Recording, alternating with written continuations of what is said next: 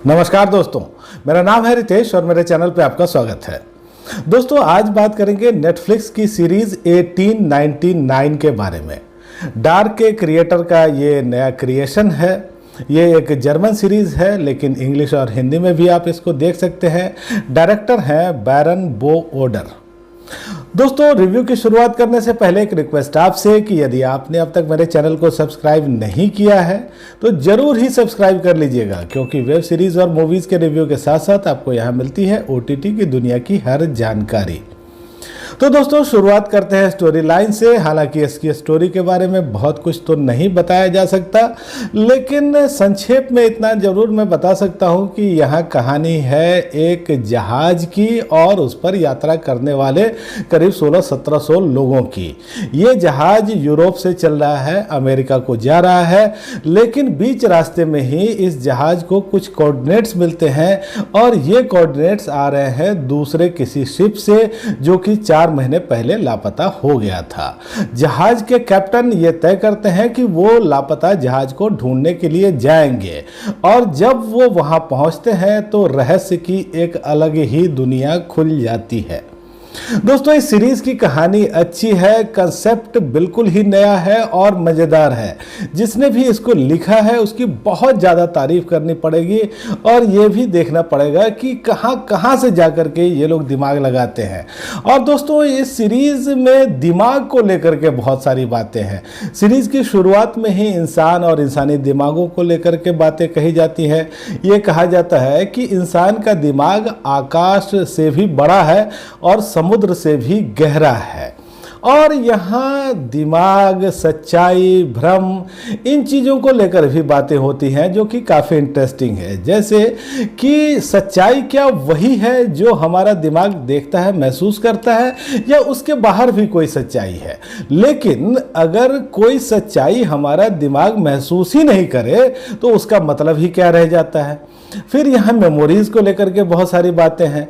बहुत सारे लोगों के जीवन में दुखद घटनाएं होती हैं और उन मेमोरीज़ को वो डिलीट कर देना, इरेज कर देना चाहते हैं। लेकिन क्या वास्तव में ऐसा होता है?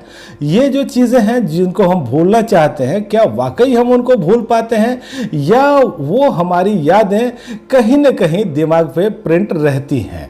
और इसी प्रिंट का एक नतीजा है गिल्ट। जब भी कोई ऐसी घटना होती है या कोई ट्रिगर पॉइंट ऐसा आता है तो इंसान का गिल्ट जरूर ही उसके सामने आता है। तो ये जो कंसेप्ट है और ये सारी चीज़ें जिस तरह से कहानी में रखी गई हैं वो काफ़ी ब्रिलियंट भी हैं, काफ़ी इंटरेस्टिंग भी हैं, देख करके हमको मज़ा आता है।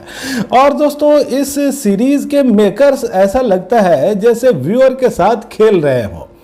वो कभी कुछ हमको दिखा रहे हैं, कभी कुछ दिखा रहे हैं, और एज ए व्यूअर हम देखने में थोड़ा कंफ्यूज भी हो रहे हैं, थोड़ा क्यूरियस भी हो रहे हैं कि आखिर ये हो क्या रहा है और आगे होने क्या वाला है। तो ये जो चीज़ है ये हमारे इंटरेस्ट को बनाए रखती है और इस सीरीज़ को देखने में जो हमारा मज़ा है, इस सीरीज़ को देखने की जो उत्सुकता है वो लगातार बनी रहती है। देखिए, यहाँ थ्रिल तो भरपूर है ही, लेकिन कभी ऐसा लगता है कि ये एक हॉरर सीरीज़ है, कभी ऐसा लगता है कि ये कोई मिस्ट्री सीरीज़ है, फिर कभी लगता है कि ये कोई साइकोलॉजिकल ड्रामा होने वाला है, कभी लगता है कि ये साइंस फिक्शन है, और ये सारी चीज़ें एक साथ ही चलती रहती हैं। तो दोस्तों, ये जो सीरीज़ है इसमें एक जो नई बात है और सबसे इंटरेस्टिंग बात है वो यहाँ एक नया लूप दिखाया गया है। अब टाइम ट्रेवल की बात काफ़ी पुरानी हो चुकी या इस तरह की चीज़ें काफ़ी हो चुकी, लेकिन यहाँ जो एक लूप दिखाया गया है, एक टनल दिखाया गया है, वो अलग ही कंसेप्ट है और बहुत ही मज़ेदार है। हालांकि बीच बीच में कुछ क्लूज हमको मिलते रहते हैं और बीच बीच में ऐसा लगता है जैसे इस कहानी को हमने समझ लिया, इस मिस्ट्री को हमने डिकोड कर लिया। लेकिन जैसे ही आपको लगता है कि आप कुछ खोज चुके हैं, आप कुछ पा चुके हैं, वैसे ही कोई नई चीज़ हमारे सामने आ जाती है। और दोस्तों, जो फाइनल कंसेप्ट रखा गया है उसका भी इशारा बीच बीच में मिलता है। हालांकि रिव्यू में अब मैं यहाँ बता नहीं सकता कि क्या इशारा मिलता है और क्या चीज़ें हैं, लेकिन जब आप फाइनल एपिसोड्स में पहुँचते हैं तब आपको ये लगता है कि हाँ, अरे ये बात तो मैंने शुरू में देखी थी। तो ये सारी चीज़ें एक अच्छी सीरीज़ इसको बनाती हैं। इसके अलावा दोस्तों इस जहाज में अलग अलग देशों के लोगों को रखा गया है।